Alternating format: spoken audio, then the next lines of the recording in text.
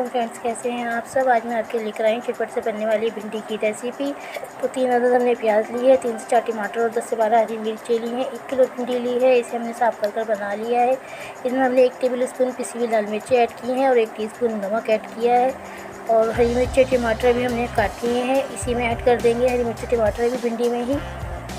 तो इसको भिंडी को बनाने में थोड़ा टाइम लगता है, लेकिन पकने में इसे बिल्कुल भी टाइम नहीं लगता। 10 मिनट में ये बनकर तैयार हो जाएगी। तो फ्रेंड्स, अगर आप लोगों ने अभी तक मेरे चैनल सब्सक्राइब नहीं किया, मेरे चैनल सब्सक्राइब करने हैं और ये रेसिपी अच्छी लगे तो इसे लाइक करें, अपने फ्रेंड्स और फैमिली के साथ शेयर करें। तो आधा प्याला ऑयल हमने गर्म कर लिया है। भिंडियों में ऑयल थोड़ा ज़्यादा ही डलता है। तो ऑयल गर्म करने के बाद इसमें ऐड कर दी हमने प्याज बारीक काट ली थी। इसे हम गोल्डन फ्राई कर लेंगे। बहुत ज़्यादा ब्राउन नहीं करना, बस लाइट सा कलर आ जाए, इतना ही हमें इसे फ्राई करना है।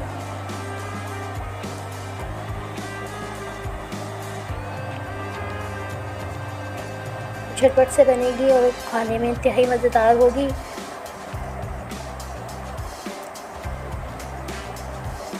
एक बार इस रेसिपी को आप ज़रूर ट्राई कीजिएगा और मुझे कमेंट्स करके बताइएगा कि ये रेसिपी आपको कैसी लगी।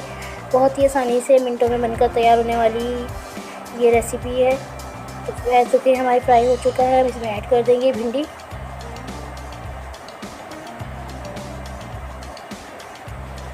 भिंडी ऐड कर देंगे इसमें, हरी मिर्ची टमाटर सब कुछ हमने इसमें डाला हुआ था भिंडी में।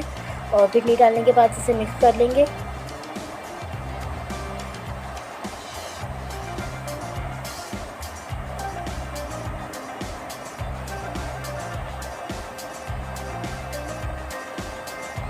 भिंडी ऐड करने के बाद हमने इसे ऊपर नीचे कर दिया, अच्छे से सब तरफ चला दिया है, मिक्स कर दिया सब तमाम चीज़ों को हमने।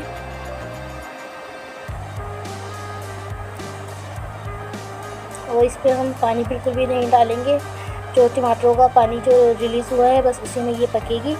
तो हमने इसे ढक दिया है। एक मिनट के लिए आंच को तेज़ रखेंगे, उसके बाद इसे 10 मिनट के लिए दम वाली आंच पर पकाएंगे। 10 मिनट बाद देखिए भिंडी सॉफ्ट हो चुकी है, तैयार हो चुकी है पककर। तो बस हमें इतना ही पकाना है कि इसका करंट बरकरार रहे और बस ये गल जाए भिंडी। तो अब इसे हम डिश आउट करते हैं और आपको दिखाते हैं लग कैसे रहा है। तो देखिए कितनी मज़ेदार शानदार सी ये सब्ज़ी बनी है, मिनटों में बनके तैयार हुई है। बहुत आसान और सिंपल सी रेसिपी, हर कोई इसे आसानी से बना सकता है। एक बार ज़रूर ट्राई कीजिएगा मेरी रेसिपी से और मुझे कमेंट्स करके बताइएगा ये रेसिपी आपको कैसी लगी। बहुत चटपटी मज़ेदार बनती है, रोटी से खाएं इसे या चावल से, दोनों के साथ बहुत मज़ेदार लगती है। चलती हूँ, दुआ में याद रखिएगा। अल्लाह हाफिज़।